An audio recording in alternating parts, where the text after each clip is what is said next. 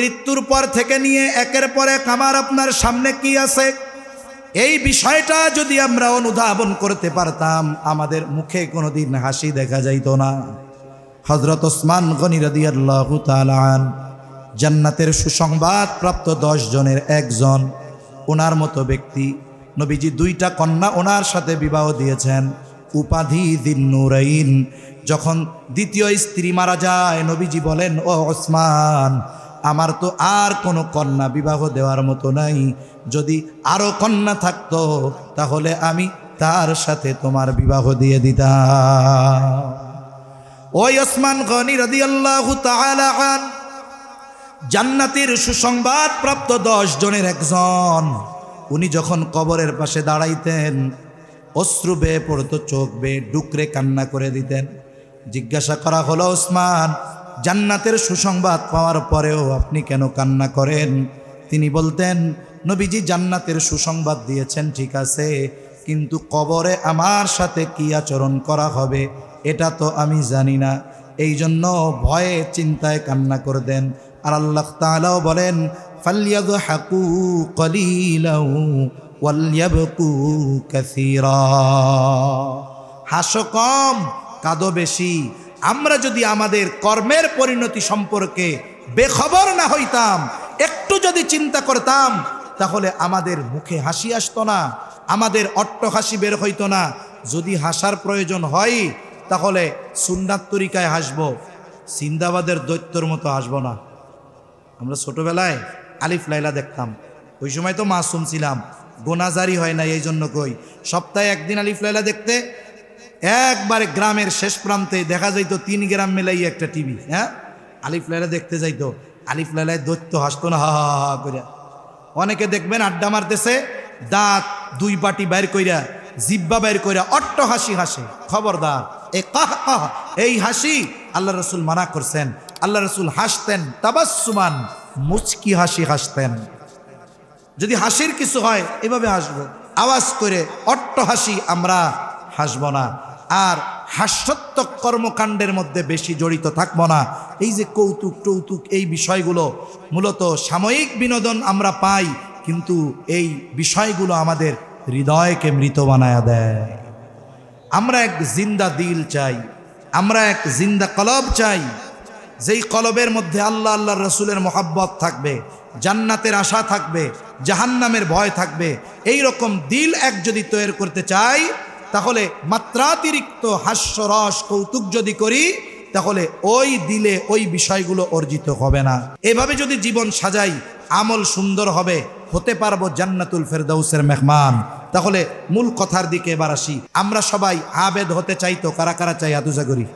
নারায়ে তাকবীর, নারায়ে তাকবীর। তাহলে হাত নামাই। অনেক সময় আমাদের ধারণা হলো এরকম যে সবচাইতে বড় আবেদ কে, ইবাদত সবচাইতে বেশি কে করে, সবচেয়ে বড় আবেদ কে? আমরা মনে করি যিনি অনেক নামাজ পড়েন, যিনি অনেক নফল রোজা রাখেন, যিনি অনেক নফল সালাত আদায় করেন, যিনি তাহাজ্জুদ পড়েন, আওয়াবিন পড়েন, ইশরাক পড়েন, কোনো নফল নামাজ, কোনো নফল রোজা আমল ছাড়েন না, উনিই মনে হয় সবচাইতে বড় আবেদ। কিন্তু বিষয়টা এমন নয়। প্রকৃত আবেদ হওয়ার আগে গুনাহ ছাড়তে হয়। কারণ আমার ইবাদত ভালো থাকবে তখন, কাজে লাগবে তখন, যখন গুনাহমুক্ত আমি হতে পারবো। বলুন তো, একটা পাত্রের মধ্যে যদি পচা কোনো জিনিস থাকে, পচা জিনিস, এই পাত্রটার মধ্যে যদি আমি বাংলাদেশের সবচাইতে গরুর খাঁটি দুধ এনে ওই পাত্রের মধ্যে রাখি, বলেন তো দুধ ভালো, কিন্তু পাত্রের মধ্যে ময়লা থাকার কারণে ওই দুধ ভালো থাকবে না নষ্ট হয়ে যাবে? আমাদের নেক আমলগুলো কাজে লাগে তখন যদি আমরা গুনাহ ত্যাগ করতে পারি, এই নেক আমল আমাদের বেশি কাজে লাগে। এজন্য রাসূল আকরাম সাল্লাল্লাহু আলাইহি ওয়াসাল্লাম হযরত আবু হুরায়রা রাদিয়াল্লাহু তাআলা আনহুকে গুরুত্বপূর্ণ 5টি বিষয়ের নসিহত করেছেন। আমরা ওই নবীজির নসিহতগুলো নিয়েই আলোচনা করব, শুনব, সাথে সাথে এগুলো আমলে পরিণত করার চেষ্টা করব ইনশাআল্লাহ। আবু হুরায়রা রাদিয়াল্লাহু তাআলা আনহু বলেন, রাসূল আকরাম সাল্লাল্লাহু আলাইহি ওয়াসাল্লাম একদিন সবাইকে বলতেছেন, তোমাদের মধ্যে কে এমন আছো যে আমি তাকে কিছু শেখাবো, সে নিজে শিখবে, আমল করবে, আবার যারা আমল করতে চায় তাদেরকে শেখাবে। আবু হুরায়রা রাদিয়াল্লাহু তাআলা আনহু তো নবীজির কাছে বেশি থাকতেন। উনি নবীজির কাছে থাকছেন কম, কিন্তু ঈমান আনার পর থেকে পুরা সময়টাই নবীজির ওফাত পর্যন্ত উনি নবীজির কাছে থাকছেন, যার কারণে উনি সবচাইতে বেশি, সবচাইতে অধিক হাদিস বর্ণনাকারী। আবু হুরায়রা রাদিয়াল্লাহু তাআলা আনহু, এমন কোনো হাদিস নাই যেইখানে আবু হুরায়রা রাদিয়াল্লাহু তাআলা আনহুর হাদিস নাই, এমন কোনো হাদিসের কিতাব নাই। আবু হুরায়রা রাদিয়াল্লাহু তাআলা আনহু বলেন, আনা ইয়া রাসূলুল্লাহ, হে আল্লাহর রাসূল, আমি আছি, নিজে আমল করব, যদি কেউ আমল করতে চায় আমি তাকে শিখাইয়া দিব। এবার নবীজি সাল্লাল্লাহু আলাইহি ওয়াসাল্লাম আবু হুরায়রা রাদিয়াল্লাহু তাআলা আনহুর হাতটা এরকম চাইপা ধরলেন। অনেক সময় একজন একজনের সাথে পথ চলতেছে, বন্ধুর সাথে বন্ধু, গুরুত্বপূর্ণ কিছু কথা বলার জন্য, গুরুত্বপূর্ণ কিছু কথা বলার প্রস্তুতি স্বরূপ তার মনোযোগ ভালোভাবে আকর্ষণ করার জন্য অনেক সময় কি করে, ডাক দেওয়ার পরেও হাতটা ধরে, এই মিয়া এদিকে আসো। এটা পরিচিত লোকের সাথেই করা যায়।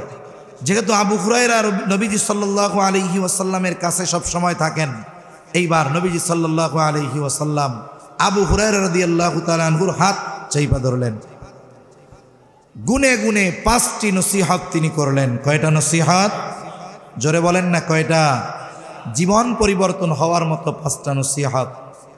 আবু হুরায়রা রাদিয়াল্লাহু তাআলা আনহু বলেন, নবীজি সাল্লাল্লাহু আলাইহি ওয়াসাল্লাম ওনাকে বলতেছেন, ইয়া আবা হুরায়রা ইত্তাকিল মাহারিমা তাকুন আ'বাদান নাস।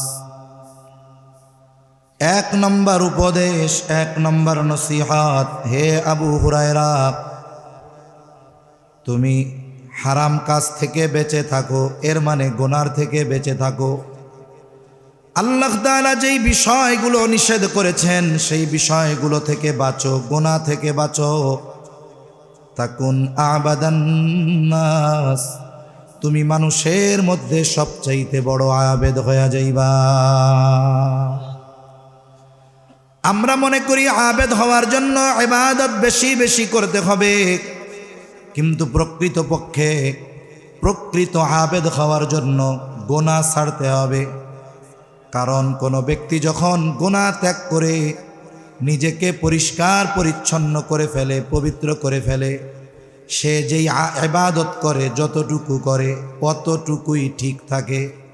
আর যদি মানুষ গুনাহও জারি রাখে, নেকের কাজও করে, তাহলে দেখা যায় ওই আমল, অনেক আমল গুনাহর কারণে নষ্ট হয়ে যায়।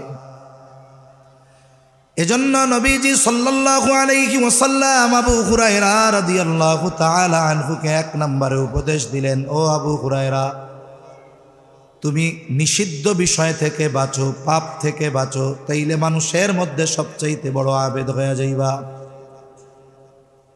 আল্লাহ তাআলার কাছ থেকে নাজাত পাওয়ার জন্য অনেক ইবাদতের প্রয়োজন হয় না, তবে খাঁটি ইবাদতের দরকার হয়। যেমন এক হাদিসের মধ্যে নবীজি সাল্লাল্লাহু আলাইহি ওয়াসাল্লাম বলেন, আখলিস দীনাকা ইয়াকফিকাল আমালুল কলিল, তোমার ঈমান খাঁটি করো, দিন খাঁটি করো, অল্প আমল নাজাতের জন্য যথেষ্ট হয়ে যাবে। তার মানে নাজাতের জন্য অনেক আমল দরকার নাই, তবে আমলটা যেন খাঁটি হয়, এইভাবে আমলটা করা দরকার। সাহাবায়ে কেরামের বিষয়টা তো এমনও আছে যে অনেক ইবাদত করেন নাই, কিন্তু নবীজির কাছ থেকে জান্নাতের সুসংবাদ পেয়েছে।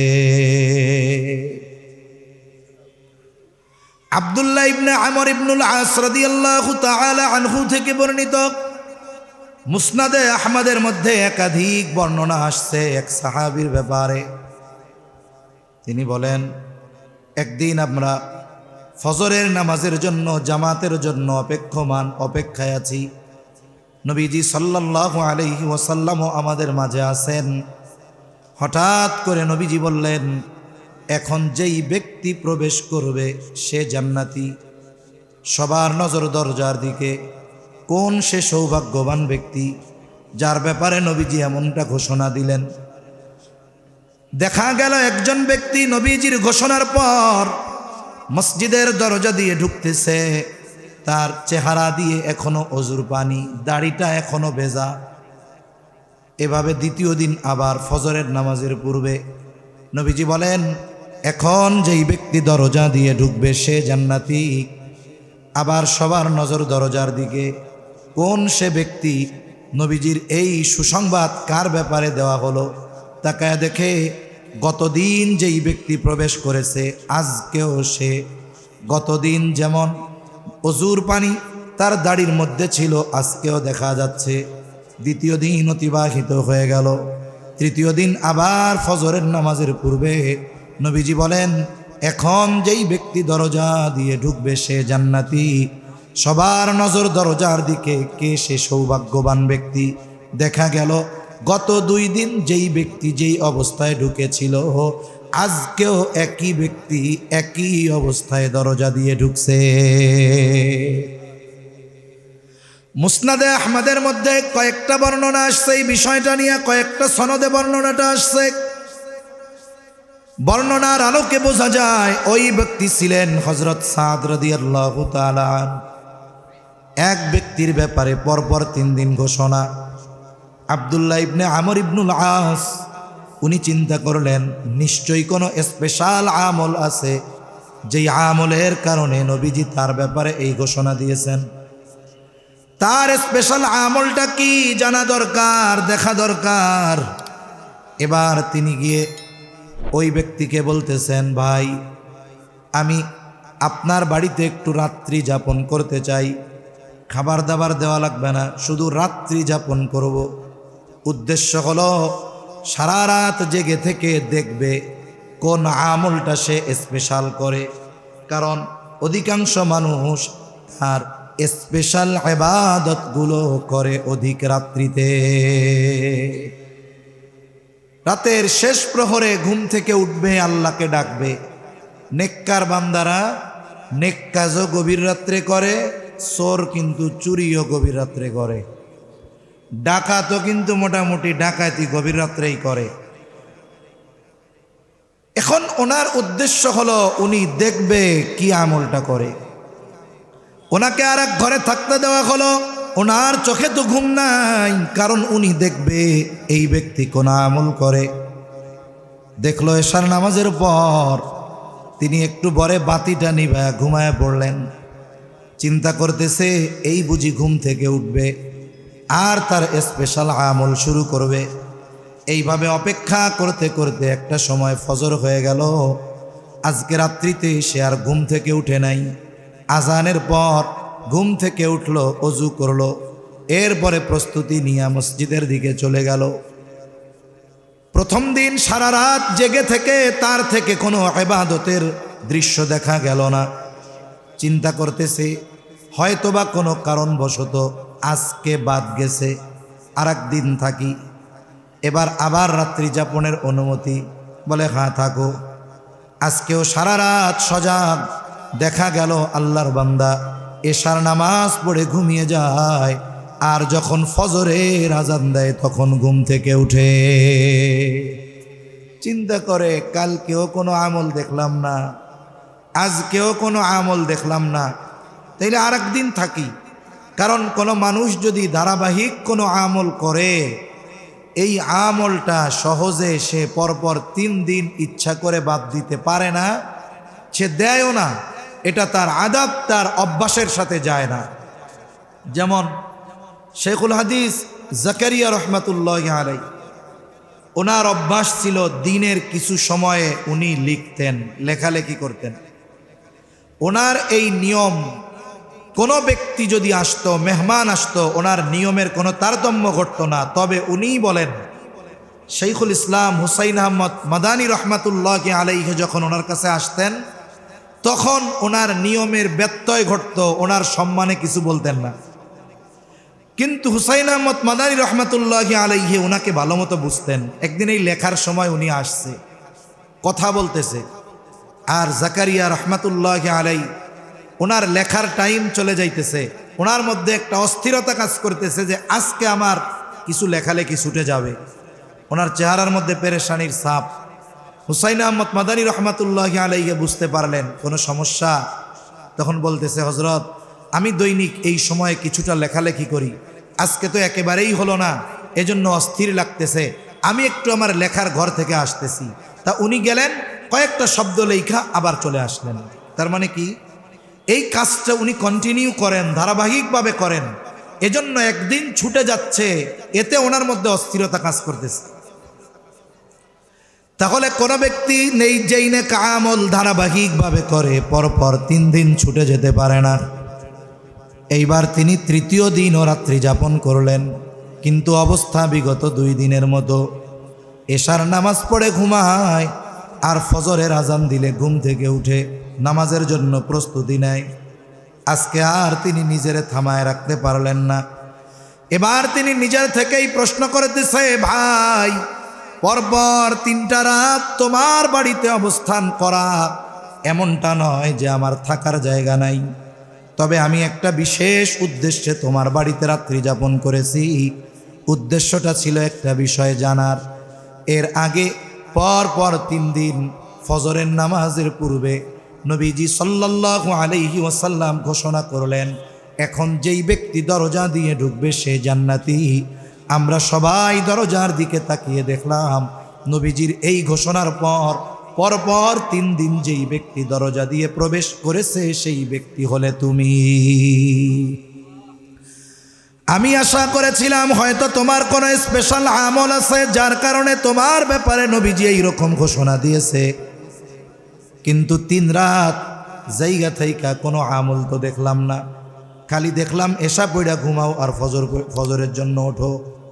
এইবার উনি বলতেছে, আলহামদুলিল্লাহ, নবীজি যদি আমার ব্যাপারে বলে থাকেন তাহলে এটা আমার জন্য বড় পাওয়া, আলহামদুলিল্লাহ।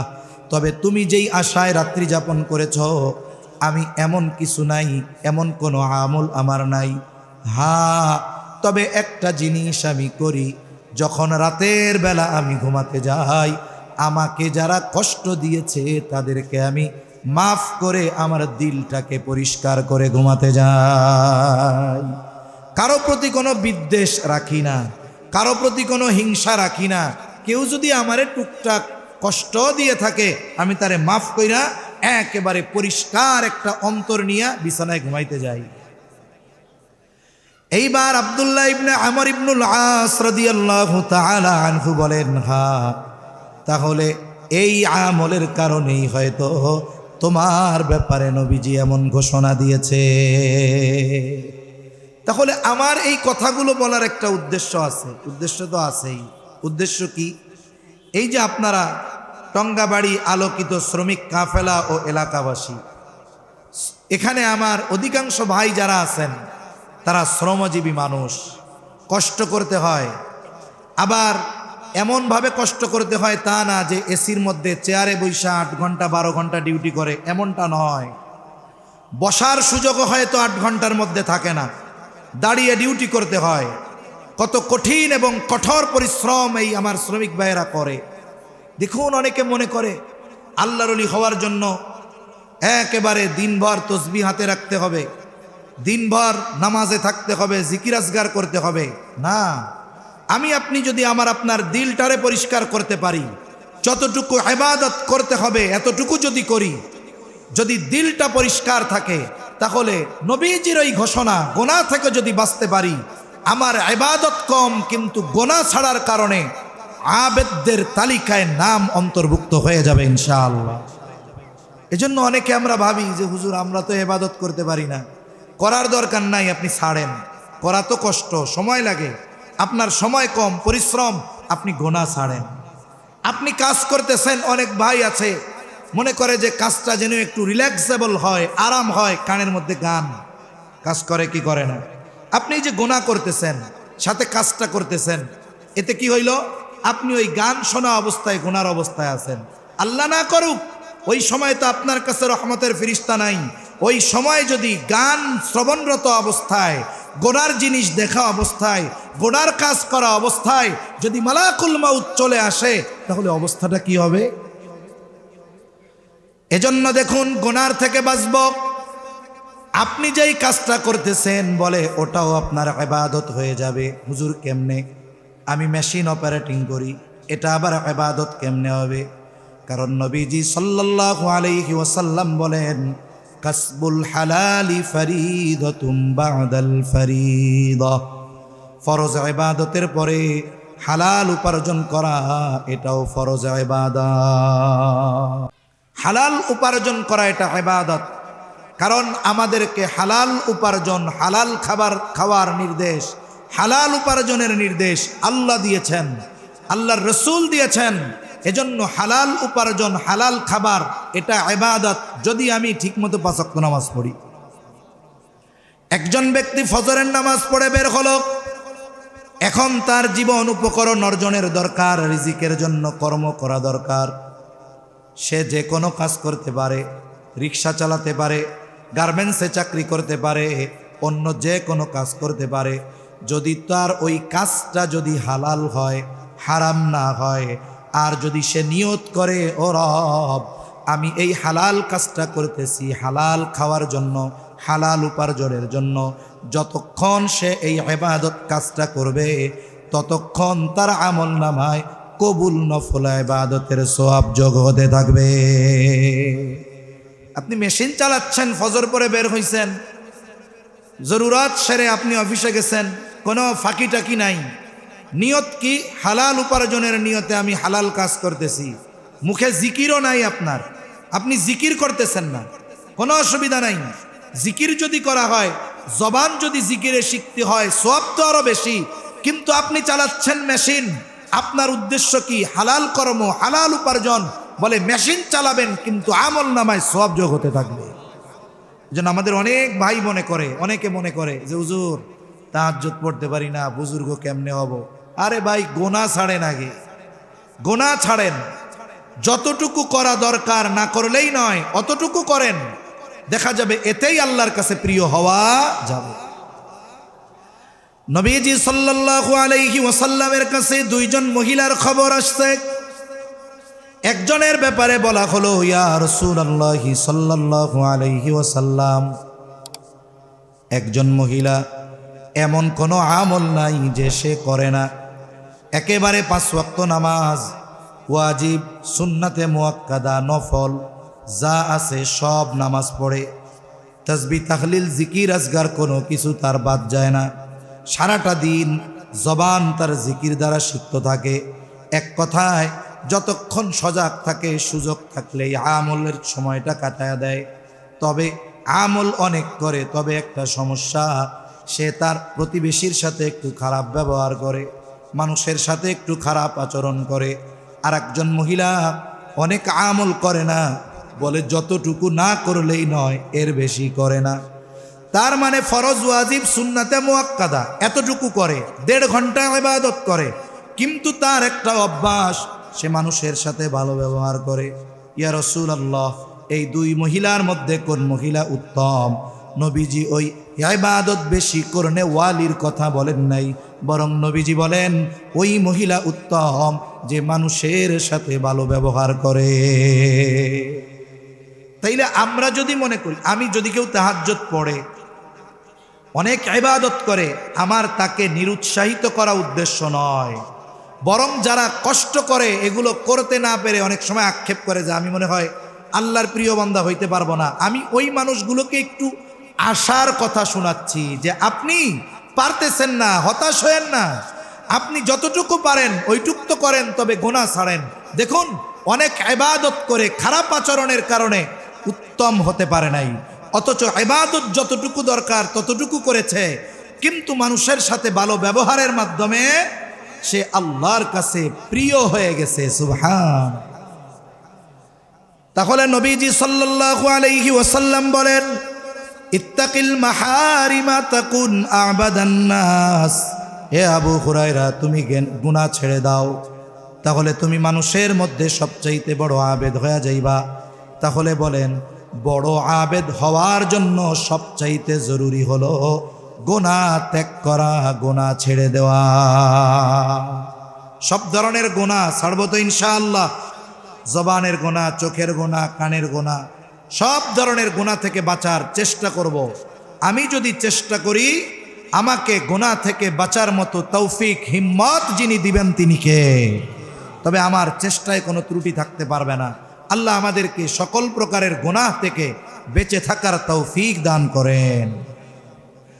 2 নাম্বার, নবীজি সাল্লাল্লাহু আলাইহি ওয়াসাল্লাম বলেন, ও আবু হুরায়রা, ওয়া আরদা বিমা কসামাল্লাহু লাকা তাকুন আগনান নাস। এই দুনিয়াতে সবাই ধনী হইতে চায়। ধনী, আসল ধনীকে? আসল ধনী তো আল্লাহ, তো ধনী। আল্লাহুল গনিয়্যু ওয়া আনতুমুল ফুকারা। আমরা সবাই ফকির, আল্লাহ গনি। তবে এই দুনিয়ায়ও আমরা একটু ধনী হইতে চাই। কিন্তু আসল ধনীকে? নবীজি সাল্লাল্লাহু আলাইহি ওয়াসাল্লাম বলেন, আল গিনা গিনান নাফস। অন্তরের ধনী হলো প্রকৃত ধনী। আর জাগতিক সিস্টেমে ধনী মূলত সে যার কোনো ঋণ নাই, মাত্রাতিরিক্ত চাহিদা নাই, সে হলো ধনী। যার মাত্রাতিরিক্ত চাহিদা আছে আর ঋণ আছে, মানুষ যদি চাহিদাকে কন্ট্রোল না করতে পারে তাহলে সে প্রকৃতপক্ষে ধনী হইতে পারে না, তখন শুধু তার চাহিদা থাকে। যেমন অনেক সময় অনেকের ক্ষেত্রে আমরা এরকম শুনি, মনে করেন একজন সে একটা ইন্টারভিউ দিছে, ইন্টারভিউতে কি দিছে, সে একজন সফল ব্যবসায়ী, সে একটা ইন্টারভিউ দিছে, বোঝানোর জন্য বলতেছি। ইন্টারভিউতে সে এক সময় বলছে, বাংলাদেশের অনেক ধনী আছে এরকম, তাদের জীবনী আছে। সে বলতেছে, আমি এই শহরে 100টা টাকা নিয়ে আসছিলাম। কি করছেন? বলে, আমি কোনো মতে একটা ফ্যাক্টরিতে চাকরি নিয়েছি, ওই জায়গায় 5 বছর চাকরি করছি, কিছু টাকা জমাইছি, এরপরে ওইটা দিয়ে আমি নিজেই 2টা মেশিন কিনছি, এরপরে 5 বছরের পরে আমি নিজে আবার এগুলো থেকে টাকা জমাইয়া মোটামুটি একটা শেড ভাড়া নিয়া 50টা মেশিন দিয়ে একটা ছোট ফ্যাক্টরি বানাইছি। এরপরে আস্তে আস্তে কি হলো, বলে দেশের বিভিন্ন ব্যাংক আমার সফলতা দেখা আমারে খালি কয় যে লোন নেন, লোন নেন। এখন আমি লোন নিলাম, এখন আমার অধীনে 1000, 2000, 3000 মানুষ এখন আমার অধীনে চাকরি করে, অথচ আমি ঢাকা নিয়ে আসছিলাম 100 টাকা। কয় টাকা? 100 টাকা। এইরকম কোটিপতি মানুষ, এনাকেও যদি গিয়ে জিজ্ঞাসা করেন কি খবর, ব্যবসা কেমন চলতেছে, কেমন আছেন, কয় না ভালো নাই, শেষ। অথচ নিয়ে আসছিল কয়শো টাকা? 100 টাকা। তাহলে উনি নিজে বলতেছে যে ওনার কিচ্ছু নাই, সব শেষ। আবার দেখা যাবে কি, অনেকে আছে তার অ্যাসেট যত টাকার তার চাইতে বেশি ঋণ আছে তার ব্যাংকে। তার অ্যাসেট মনে করেন 5000 কোটি টাকার, ও ব্যাংক থেকে ঋণ নিয়ে বসতে 10,000 কোটি টাকা। উনি কিন্তু বড় লোক। আসলে কি এটা ধনী না ঋণী? তাহলে যার ঋণ আছে সে ধনী না, যার চাহিদার সীমাবদ্ধতা নাই সে ধনী না। প্রকৃত ধনীকে? প্রকৃত ধনী হলো সে, তার জন্য আল্লাহ যতটুকু বরাদ্দ রেখেছে ওইটুকুতে যে সন্তুষ্ট থাকে, প্রকৃত ধনী হলো সে। নাইলে আমাদের চাহিদা এত, জীবনে আমরা ধনী হইতে পারবো না। নবীজি সাল্লাল্লাহু আলাইহি ওয়াসাল্লাম এক হাদিসের মধ্যে আসছে, এক জায়গায় তিনি বসেছেন, একটা গোল বৃত্ত এঁকেছেন, বৃত্তের মাঝ থেকে তিনি একটা দাগ ওই বৃত্তের শেষ প্রান্তে নিয়ে লাগায় দিছেন, আর অনেকগুলো দাগ ওই বৃত্তকে ওভারটেক করে বেশি বাহিরে নিয়ে গেছেন। নবীজি সাল্লাল্লাহু আলাইহি ওয়াসাল্লাম এই রেখাটা দ্বারা, এই আকার দ্বারা বোঝাতে চেয়েছেন আমাদের হায়াতটা হলো ওই দাগ পর্যন্ত সীমাবদ্ধ, কিন্তু দাগের বাইরে অনেকগুলো দাগ, ওগুলো হলো আমাদের আশার পরিধি। আমাদের হায়াত এতটুকু, আশা চাহিদা এত বড়। এজন্য নবীজি বলেন, বনি আদমকে যদি এক জমিন ভর্তি স্বর্ণ দেওয়া হয়, সে আরেক জমিন স্বর্ণ পাওয়ার আশা করবে। নবীজি বলেন, বনি আদমের পেট কবরের মাটি ছাড়া কিছুই ভরতে পারবে না। মনে করেন আমি মনে করতেছি এখন আমার যা আছে তার চাইতে আর একটু থাকলে মনে হয় আমার আর কিছু লাগবে না, বলে আমার যখন ওইটা হবে তখন আর একটু বাড়বে।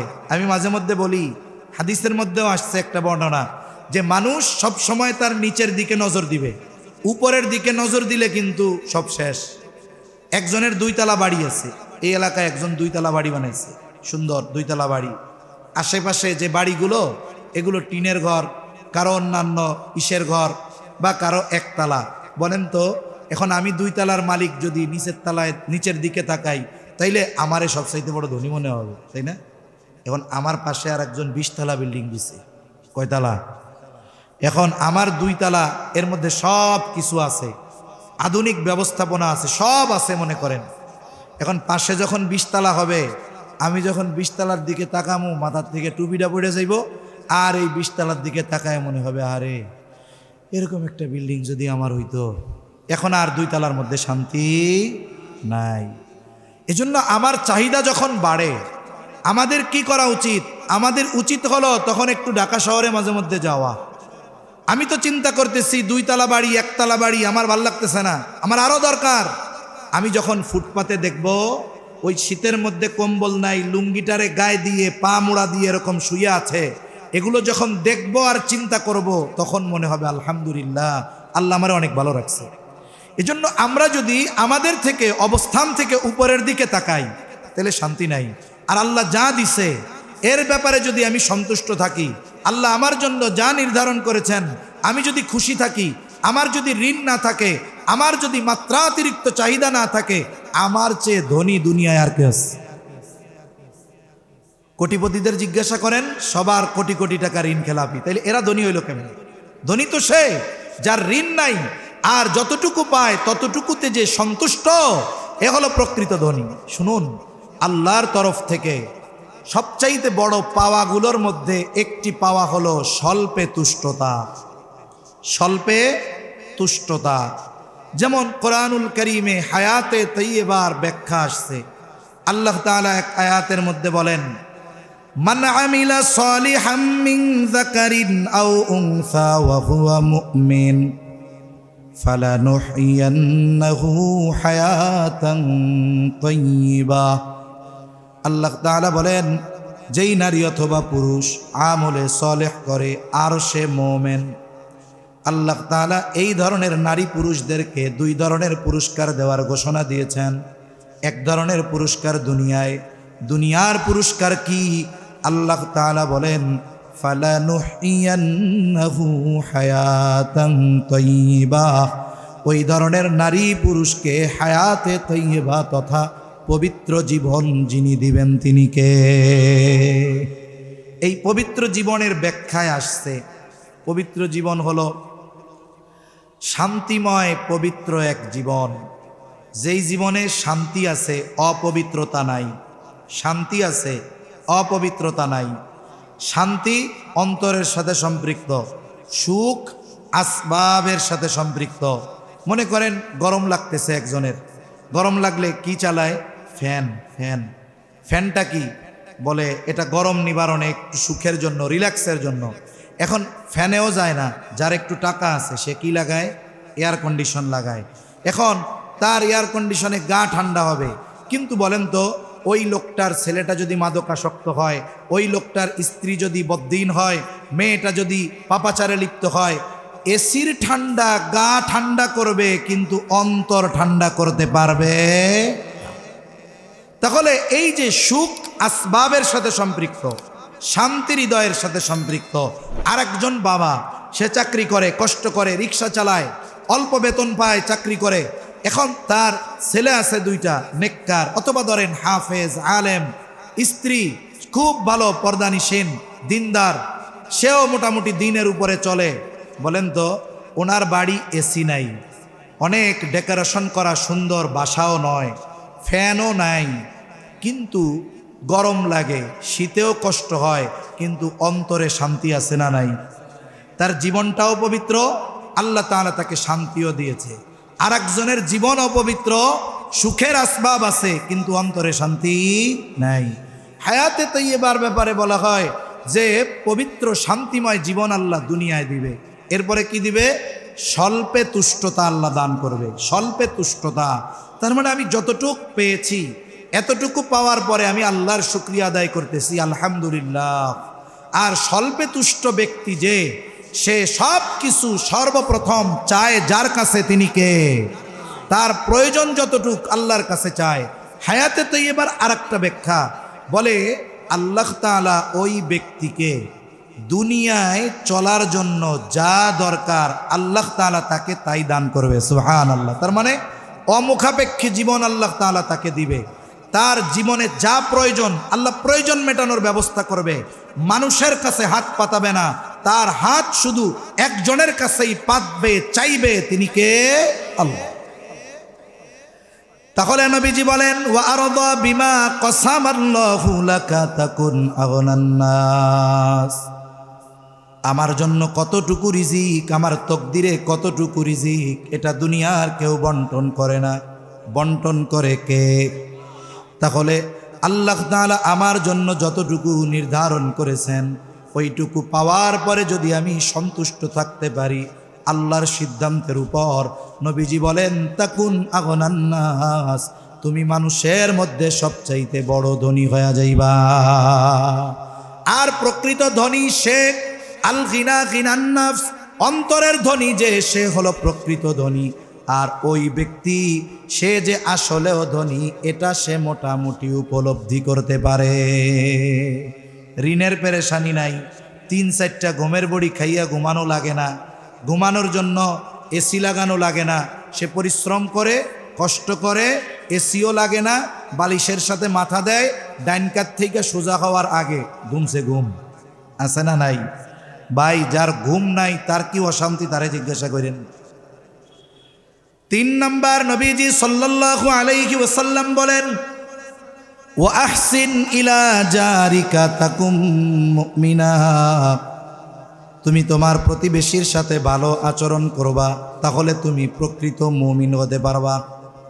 তার মানে আমি আপনি যদি প্রকৃত মুমিন হতে চাই, যেই গুণগুলো অর্জন করা দরকার এর মধ্যে একটি হলো প্রতিবেশীর সাথে ভালো আচরণ। প্রতিবেশী, আমি যেখানেই অবস্থান করি আমার পাশে যে আছে এক হিসাবে সে আমার প্রতিবেশী। আমার পাশে যিনি সে আমার প্রতিবেশী। আমি অফিসে আছি, আমার পাশে যেই সহকর্মী ওই সময় সে আমার প্রতিবেশী। আমার বাসা যেইখানে, আমার বাসার পাশে যিনি আছেন আর এক বাসা, সে আমার প্রতিবেশী। গ্রামে আমার বাড়ি, আমার বাড়ির সাথে যার বাড়ি তিনি আমার প্রতিবেশী। এখন কত দূর পর্যন্ত প্রতিবেশী এই ব্যাপারে কয়েকটা মত আছে আর কি। যাই হোক, ওইদিকে যাব না, লম্বা কথা হয়ে যাবে। মূল কথা, আমার পাশে যিনি আছেন প্রতিবেশী। কিন্তু আফসোস, আমাদের দেশে প্রতিবেশীর সাথে সুসম্পর্কের চাইতে প্রতিবেশীর সাথে খারাপ সম্পর্ক থাকে বেশি। আর এই অবস্থাটা গ্রামে হয় সবচেয়ে বেশি। শহরে তো মনে করেন কর্মব্যস্ত মানুষ, দিনের বড় একটা সময় তার কর্মস্থলে কাটে, বাসায় হয়তো আসবে, গোসল টোসল করবে, এরপরে খানা দানা খাবে, হয়তো কাজ থাকলে কাজ করবে, ঘুমায়া যাবে। এইখানে প্রতিবেশীর সাথে দেখা করারও সুযোগ হয় না। কিন্তু গ্রামে এটা বেশি। সব জায়গায় দেখি একজন দাবি করে যে তোমার বাড়ির মধ্যে আমার 5 হাত, আর একজনকে তোমার বাড়ির মধ্যে আমার 10 হাত। এইবার দুই প্রতিবেশী একজন একজনের সাথে মুখ দেখায় না। সেই প্রতিবেশী গ্রামের হোক, শহরের হোক, কর্মস্থলের হোক, সর্বহালতে এই প্রতিবেশীর সাথে আমি ভালো আচরণ করব। শুধু তাই না, বুজুর্গানে দিন বলেন সফরে চলতেছি, সফরে এখন আমার পাশের সিটে আর একজন বসছে, আরে কেমন যেন ওই সফর চলাকালীন সময় সেও আমার প্রতিবেশী, আমি এমন কোনো কাজ করব না যাতে আমার পাশে বসে থাকা লোকটার কষ্ট হয়। প্রতিবেশীর সাথে ভালো আচরণের ব্যাপারে নবীজি কতটা গুরুত্ব দিয়েছেন। নবীজি সাল্লাল্লাহু আলাইহি ওয়াসাল্লাম বলেন আউসিনি জিবরিলু বিল জার হাত্তা যানানতু আন্নাহু সাইওয়ারিসাহু। নবীজি সাল্লাল্লাহু আলাইহি ওয়াসাল্লাম বলেন জিবরাইল আমাকে প্রতিবেশীর হকের ব্যাপারে এত গুরুত্ব দিচ্ছিল, আমি মনে করেছিলাম হয়তো প্রতিবেশীকে ওয়ারিশ বানায়া দেওয়া হবে। প্রতিবেশী সে যদি অমুসলিম হয় তারও আমার উপরে হক আছে। মানুষ হিসাবে মানুষের সাথে মানুষের কিছু হক আছে। একজন মানুষ হতে পারে অমুসলিম, কিন্তু মানুষ হিসাবে তার কিছু হক আমার কাছে আছে। ওই মানুষটা যদি মুসলিম হয়, মুমিন হয়, তাহলে তার হক আমার কাছে আরও বেড়ে যায়। মানুষটা যদি প্রতিবেশী হয় তাহলে হক তো থাকেই, অমুসলিম হলেও হক। আবার যদি মুসলমান হয় তাহলে ওই প্রতিবেশীর হক আরো বেড়ে যায়। কারণ প্রতিবেশী হিসাবে এক হক, মুসলিম হিসাবে এক হক, সাধারণ মানুষ হিসাবে আর এক হক। নবীজি সাল্লাল্লাহু আলাইহি ওয়াসাল্লাম প্রতিবেশীর সাথে হৃদ্রতার সম্পর্ক রাখতে বলেছেন, উৎসাহ দিয়েছেন। নবীজি সাল্লাল্লাহু আলাইহি ওয়াসাল্লাম এক হাদিসের মধ্যে বলেন, তোমরা তোমাদের তরকারির মধ্যে ঝোল বাড়ায়া দিবা। ঝোল কেন? নবীজি বলেন, যাতে করে তোমরা তোমার প্রতিবেশীর খোঁজ খবর নিতে পারো। এক সময় মানুষের মধ্যে এটা ছিল, কারো বাড়িতে যদি একটু ভালো রান্না করতো তাহলে প্রতিবেশীর সাথে এটা শেয়ার করতো। এখন চিন্তা করে, ওই যে চুপি চুপি খাও, দরজা লাগাইয়া খাও, ঘেরানা যেন না বাইর হয়, থাই গ্লাসটা লাগাইয়া দাও। এই অবস্থা হয়েছে আমাদের। অথচ দেখুন, আমার প্রতিবেশী যদি কেউ অভাবী, অভুক্ত, দরিদ্র থাকে, আর আল্লাহ যদি আমারে মোটামুটি স্বাবলম্বী বানায়, সামর্থ্যবান বানায়, আমি অনেক ইবাদত করি, আমল করি, কিন্তু আমার প্রতিবেশী পাশে অভুক্ত, ক্ষুধার্ত, আমি জানি, আমি যদি এই প্রতিবেশীর দিকে একটু খোঁজ না নেই, খবর না নেই, তাহলে কিয়ামতে আমার খবর আছে। হাদিসের মধ্যে আসছে, নবীজি সাল্লাল্লাহু আলাইহি ওয়াসাল্লাম বলেন, কিয়ামতের দিন আল্লাহ তাআলা বলবে, ও বান্দা, আমি অভুক্ত ছিলাম, আমারে খাবার দাও নাই, আমি পিপাসিত ছিলাম, পানি পান করাও নাই, আমি বস্ত্রহীন ছিলাম, বস্ত্র দাও নাই, অসুস্থ ছিলাম, সেবা শুশ্রূষা করো নাই। বান্দা বলবে, আল্লাহ, আপনার তো এই সমস্ত কোনো কিছুর প্রয়োজন হয় না, এরপরেও যদি প্রয়োজন হইতো, সুযোগ থাকতো, দিতাম। এবার আল্লাহ তাআলা বলবে, বান্দা, তোমার প্রতিবেশী অভুক্ত ছিল, তুমি তারে খানা দাও নাই, প্রতিবেশী পিপাসিত ছিল, তারে পানি পান করাও নাই, শীতে কষ্ট করেছে, বস্ত্রহীন ছিল, তাকে বস্ত্র দাও নাই, অসুস্থ ছিল, খোঁজ খবর নাও নাই, সেবা শুশ্রূষা করো নাই। তুমি যদি তাদের সাথে এমনটা করতা, আমি আল্লাহ তাহলে এগুলো পেয়ে যাইতাম। তাহলে প্রতিবেশীর সুখে দুঃখে খোঁজ খবর রাখা কতটা জরুরি। আফসোসের বিষয়, আজকে আমাদের মধ্যে সেই হৃদ্রতা নাই, আমাদের মধ্যে সেই ভালোবাসা নাই। অথচ নবীজি সাল্লাল্লাহু আলাইহি ওয়াসাল্লাম বলেন, লাইসাল মুমিন আল্লাযী ইয়াশবাউ, ওই ব্যক্তি প্রকৃত মুমিন নয় যে নিজে পেট ভরে খায় আর পাশে তার প্রতিবেশী অভুক্ত কাটায়। ওই ব্যক্তি প্রকৃত মুমিন হতে পারে না। এজন্য দেখুন, প্রতিবেশীর সাথে ভালো আচরণ করো। নবীজি বলেন, তাকুম মুমিনা, তুমি প্রকৃত মুমিন হয়ে যাইবা। আমরা খোঁজ খবর নিব তো প্রতিবেশীর। এই যে রোজার মাস আসতেছে, রোজার মাস দেখবেন কত মানুষ আছে ইফতারের টেবিলে 10 প্রকারের আইটেম। যখন মানুষ দিনভর রোজা রাখে, রোজার সময় যখন শেষ, আজান দেয় ইফতারের সময়, সবচাইতে চাহিদা থাকে পানির দিকে, শরবতের দিকে, তাই না? তখন মানুষ কি করে, ডক ডক করে 4 গ্লাস মেরে দেয় শরবত। বলে 10 আইটেম যে আছে, পানি খাওয়ার পর 10 আইটেম থেকে একটাও ও আর খাইতে পারবে না, কারণ পানি দিয়ে পেট ভরে ফেলছে। কিন্তু চোখ এমন এক জিনিস, ওইটারে সারা দুনিয়া দিয়াও ভরানো যায় না। সামনে যখন দেখে সব আছে, দেখে যে হায়রে তরমুজ নাই, আফসোসের ঠেলায় শেষ। হ্যাঁ রে আল্লাহ রে, তরমুজটা নাই রে। 10 প্রকার সামনে আছে, শুকরিয়া নাই, 1 প্রকার তরমুজ নাই, আফসোসে শেষ। উনি এত আইটেম সামনে নিয়ে অপেক্ষা করতেছে, রোজা রাখবে, ইফতার করবে, অথচ ওনার পাশে প্রতিবেশী ওই সেহরির সময় রান্না করা গরম ভাতে পানি দিয়ে রাখছিল, ওইটাতে পানি দিয়ে রাখছে, তরকারি নাই, কিচ্ছু নাই, একটা মরিচ পুড়ায় বৈশা আছে, পেঁয়াজ নিয়া, লবণ নিয়া আজান দিবে আর উনি ইফতার করবে। আর এই জায়গায় ওনার 10 প্রকারের আইটেম, এতে ওনার চোখ ভরতেছে না। এইরকম রোজাদার, ইফতার করনেওয়ালা মানুষ সমাজে আছে না নাই? এমনি সময় তো খেয়াল রাখবো, রোজার সময় এই বিষয়টা আরো একটু বেশি করব। ভাই, আমার যদি সম্ভব হয়, আল্লাহ যদি সামর্থ্য দেয়, একা না পারি, 10 জন মিলে 2 জন মানুষের গোটা রোজার মাসের ইফতারের জন্য, সাহারির জন্য যতটুকু দরকার আমি আপনি কিনে দিব। এতে কি হবে? আরে ভাই, আমি কর্মব্যস্ত, আমল করতে পারি না, ওই লোকটা আমি তারে দিলাম, কিচ্ছু বলার দরকার নাই। আমাদের অভ্যাস কি জানেন? আমাদের অভ্যাস হইল, আমরা দান কইরা যারে দান করি এর কাছে দোয়া চাই। কি বলি? ধরেন, দোয়া করেন। আপনি যদি এর কাছেই দোয়া চান তাহলে আল্লাহর কাছে কি নেবেন? সেজন্য বুজুর্গানে দিন বলেন, কাউকে কোনো কিছু দিয়ে তার থেকে কোনো কিছু আশা করা যাবে না, দোয়াটাও চাওয়ার দরকার নেই। কারণ আমি দিছি আল্লাহর খুশির জন্য, আল্লাহকে সন্তুষ্ট করার জন্য। ও আমার জন্য কি দোয়া করবে, তার চাইতে আল্লাহ যদি দেয় আমাকে অগণিত দিবে, ঠিক কিনা বলেন? এই জন্য আমরা চেষ্টা করব। আমি একজন একা একটা পরিবারের 2-3 জন মানুষের খরচ দিতে পারবো না, সামর্থ্য নাই। আমরা 10 জনে মিলে এক পরিবার, যে মনে করেন পরিশ্রমের কাজ করে। কিছু মানুষ আছে পায়ে চালাইয়া, রিক্সা চালাইয়া তার রোজা রাখতে হয়, খরচ করতে হয়। অনেকে আছে জমিনে কাজ করে, কোদাল দিয়া মাটি কাটতে হয়। এইরকম পরিশ্রমী অনেক মানুষ আছে যারা পরিশ্রম করে রোজা রাখে। আমি আপনি যদি তার পরিশ্রমটাকে একটু হালকা বানায় দিতে পারি, আর এই কারণে সে যদি ইবাদত করতে পারে, স্বাচ্ছন্দ্যের সাথে রোজা রাখতে পারে, তারাবি পড়তে পারে, তাহাজ্জুদ পড়তে পারে, বলেন তো আল্লাহর কাছ থেকে অগণিত প্রতিদান আশা করি পাবো কি পাবো না? পাবো ইনশাআল্লাহ। এই জন্য খাস সাতান বিশেষ করে প্রতিবেশীর দিকে খেয়াল রাখবো। প্রতিবেশী যদি অমুসলিমও হয়, তার বিপদ আপদে তার পাশে দাঁড়াবো। আয়েশা সিদ্দিকা রাদিয়াল্লাহু তাআলা আনহা নবীজিকে বলেন, ইয়া রাসূলুল্লাহ সাল্লাল্লাহু আলাইহি ওয়াসাল্লাম, আমার 2 জন প্রতিবেশী, একজন মুসলিম আর একজন ইহুদি।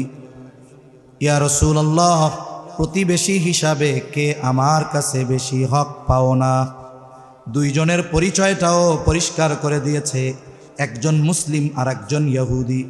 কিন্তু নবীজি এমনটা জবাব দেন নাই যে মুসলিম সে তোমার কাছে বেশি হক পাও না। বরং নবীজি বলেন, আয়েশা, যার দরজা তোমার দরজার বেশি কাছে, প্রতিবেশী হিসাবে সে তোমার কাছে বেশি হক পাও না।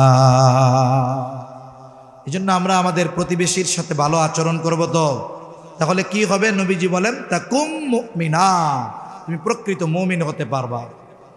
4 নম্বর, নবীজি সাল্লাল্লাহু আলাইহি ওয়াসাল্লাম বলেন, ওয়া আহিব্বা লিন্নাস মা তুহিব্বু লিনাফসিক, তুমি মানুষের জন্য ওইটাই পছন্দ করবা যেটা তুমি নিজের জন্য পছন্দ করো। অনেক সময় দেখা যায় আমরা অন্যের জন্য ওইটা পছন্দ করি যেটা নিজের জন্য পছন্দ করি না। বিশেষ করে দেখা যায় দান সাদকার সময় এই ধরনের বিষয়গুলোতে আমরা এই ধরনের কাজগুলো করি। যেমন কি করি, অনেক জায়গায় হয় জুমার দিন মসজিদের মধ্যে সব ছেঁড়া টাকাগুলো দেয় না? অনেক মসজিদে এমনও ঘোষণা দেয়, আগে যখন জুমা পড়াইতাম না শুনতাম একজন ইমাম কইতেছে, আল্লাহর হস্তে আপনারা দেন না দেন কোনো অসুবিধা নাই, তবে আল্লাহর হস্তে ছেঁড়া টাকা দিয়েন না। অনেক মানুষ আল্লাহর ব্যাপারে ওইটা পছন্দ করে যেটা নিজের জন্য করে না। এই যে মসজিদে টাকা দিচ্ছি, এই টাকা দিচ্ছি কার ঘরে? জোরে বলেন না, কার ঘরে? এই টাকা দোকানে নেয় না, ভিক্ষা দিতে গেছে হেতেও নেয় না, মসজিদের দান বাক্স সামনে আসছে, কাই তুমি পালাইবা কোন জায়গায়? সেরা টাকাও দিমু, সোয়াবও নিমু, এটা করা যাবে না। আমি যখন দান সাদকা করব, কাউরে কিছু দিব, আমি আমার এমনি কথা বলতেছি আর কি, অভ্যাস, চেষ্টা করি এটা। অনেক সময় আমি চেষ্টা করি মানিব্যাগের সবচাইতে পরিষ্কার টাকাটা আমি মসজিদে দেওয়ার জন্য। যখন কোথাও রিক্সায় যাই, প্রথমে চিন্তা আসে মানিব্যাগের মধ্যে পচা টাকাটা আছে, না ওইটা দিব না। এরপরে খুঁজে শুনে যেটা মোটামুটি ভালো টাকা ওইটা ওরে দেই। তা চিন্তা করি যেহেতু নফস বলতেছে খারাপটা দে, দিব না। ছোট ছোট বিষয় থেকে বড় বড় বিষয়গুলো অর্জন করা সহজ হয়। এখন দেখুন আমরা কোনটা করি, নিজের জন্য যেটা অপছন্দ করি অন্যের জন্য সেটা পছন্দ করি। বলেন, আমি নিজের জন্য উন্নতি অগ্রগতি চাই, কিন্তু আমার আর এক ভাইয়ের জন্য যদি উন্নতি অগ্রগতি হয় আমি হিংসায় মইরা শেষ হয়ে যাই। অথচ কি করা দরকার, আপনি যদি তার মতো চান তাইলে তার জন্য দোয়া করেন যে আল্লাহ আমার ভাইরে আপনি এটা দিছেন, তারে আরো বেশি বেশি দেন। আপনি যখন তার জন্য নেক দোয়া করলেন, হাদিসের মধ্যে আসছে আল্লাহ ফিরিস্তা নিযুক্ত করে রাখছে আপনার জন্য দোয়া করার। আমি দোয়া করলাম তার জন্য, আমার দোয়া তার ব্যাপারে কবুল হতেও পারে নাও পারে, কিন্তু ফিরিস্তা যদি আমার জন্য দোয়া করে আশা করা যায় এই দোয়া কবুল হবেই ইনশাআল্লাহ, ঠিক কিনা বলেন? তাইলে বলেন, আর একজনের ভালো দেখা যদি হিংসা করি, আর একজনের যদি অমঙ্গল কামনা করি, খারাপ চাই, এতে লস ওর চাইতে আমার আরও বেশি। এজন্য আমি সবার জন্য ওইটাই পছন্দ করব যেটা আমার জন্য আমি পছন্দ করি। আমি চাই না যে আমি অভাবে পড়ি, এটা আমি সবার জন্য পছন্দ করব যে আল্লাহ কেউ যেন অভাবে না পড়ে। এভাবে যদি করি তাহলে দেখবেন জীবন সুন্দর হবে। আর নবীজি বলেন তাকুম মুসলিমা, তুমি যেটা নিজের জন্য পছন্দ করো এটা যদি মানুষের জন্য পছন্দ করো তাইলে তুমি প্রকৃত মুসলমান হতে পারবা। সুবহানাল্লাহ। আমাদের দেশে এই যে রমজান মাস আসতেছে, কতজন জাকাত দিবে? জাকাত জাকাত দেয় না? জাকাত দেয়। আমাদের দেশে কাপড়ের দোকানগুলোতে জাকাতের কাপড় আর লুঙ্গি পাওয়া যায়। জাকাতের কাপড় আর লুঙ্গির ব্যাখ্যা কি? বলে বাজারের সবচাইতে নিকৃষ্ট কাপড়, ওর চাইতে নিম্নমানের কাপড় আর কিছু নাই, এটার নাম হলো জাকাতের কাপড় আর লুঙ্গি। জাকাত এটা গরিবের হক। জাকাত দিয়ে ক্রেডিট দেখানোর কোনো সুযোগ নাই, কারণ আমার অর্জিত সম্পদে যদি জাকাত ফরজ হয়, সব কিছু যদি ঠিক থাকে, তাহলে অভাবী দুস্থ গরিব যারা আছে জাকাত নেওয়ার উপযুক্ত, আমার এই সম্পদের মধ্যে শতকরা 2.5 টাকা তাদের হক সাব্যস্ত করেছেন কে?